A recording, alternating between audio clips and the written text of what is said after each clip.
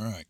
23. Accordingly, those Theopompi, Ephori, Philisti, Norocrate, and many others differ in.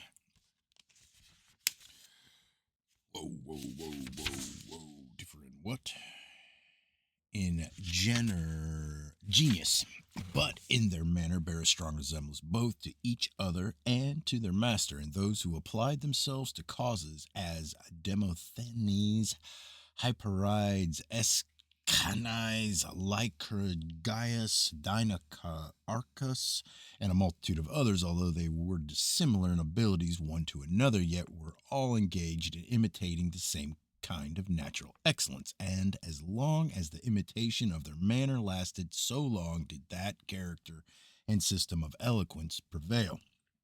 Afterward, then these were dead, and all recollection of them grew gradually obscure, and at last vanished. More lax and remiss modes of speaking prevailed. Subsequently, Demochares, who they say was the son of Demosthenes' sister, and the famous Demetrius Phalarchus, the most polished of all that class, in my opinion, and others of like talents arose, and if we chose to pursue the list down to the present times, we shall understand that at this day all Asia imitates the famous Menecles of Alabanda and his brother Hierocles, to both of whom we have listened. So there has always been someone whom the generality desired to resemble. Whoever then shall seek to attain such resemblance, let him endeavor to acquire it by frequent and laborious exercise, and especially by composition. And if our friend Sulpicius would practice this, his language would be more compact, for there is now in it at times, as farmers say of their corn when in the blade, amid the greatest fertility, a sort of luxuriance, which ought to be, as it were, eaten down by the use of the pen. Here Sulpicius observed, "You advise me rightly, and I am obliged to you, but I think that even you, Antonius, have never written much." "As if," rejoined Antonius, "I could not direct others in matters in which I am deficient myself. But, indeed, I am supposed not to write even my own accounts.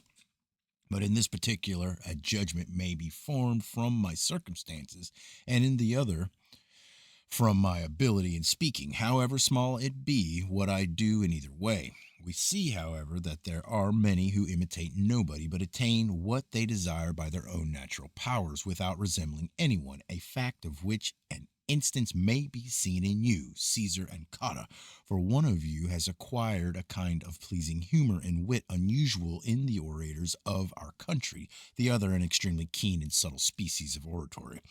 Nor does Curio, who is about your age, and the son of a father who was, in my opinion, very eloquent for his time, seem to me to imitate any one much, but by a certain force, eloquence, and copiousness of expression has formed a sort of style and character of eloquence of his own, of which I was chiefly enabled to judge in that cause which he pleaded against me before the Centumviri in behalf of the brothers Cosi, and in which no quality was wanting in him that an orator not merely be fluency, but of judgment ought to possess. 24.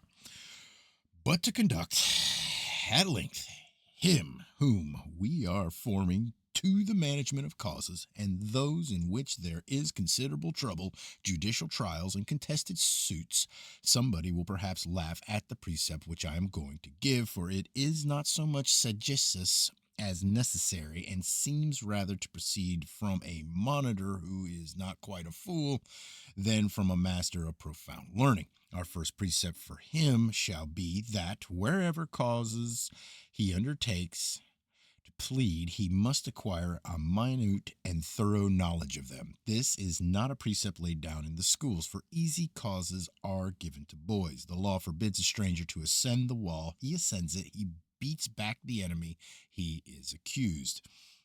It is no trouble to understand such a cause as this. They are right, therefore, in giving no precepts about learning the cause, for such is generally the form of causes in the schools. But in the forum, wills, evidence, contracts, covenants, stipulations, relationship by blood, by affinity, decrees, opinions of lawyers, and even the lives and characters of those concerned in the cause are all to be investigated, and by negligence in these particulars, we see many causes lost, especially those relative to a private concerns, as they are often of greater intricacy.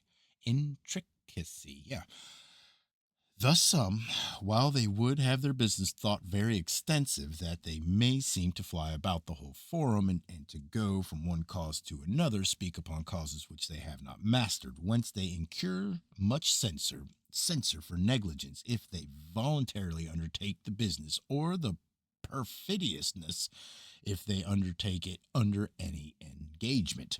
But such censure is assuredly of worse consequence than they imagine, since nobody can possibly speak on a subject which he does not understand otherwise than to his own disgrace.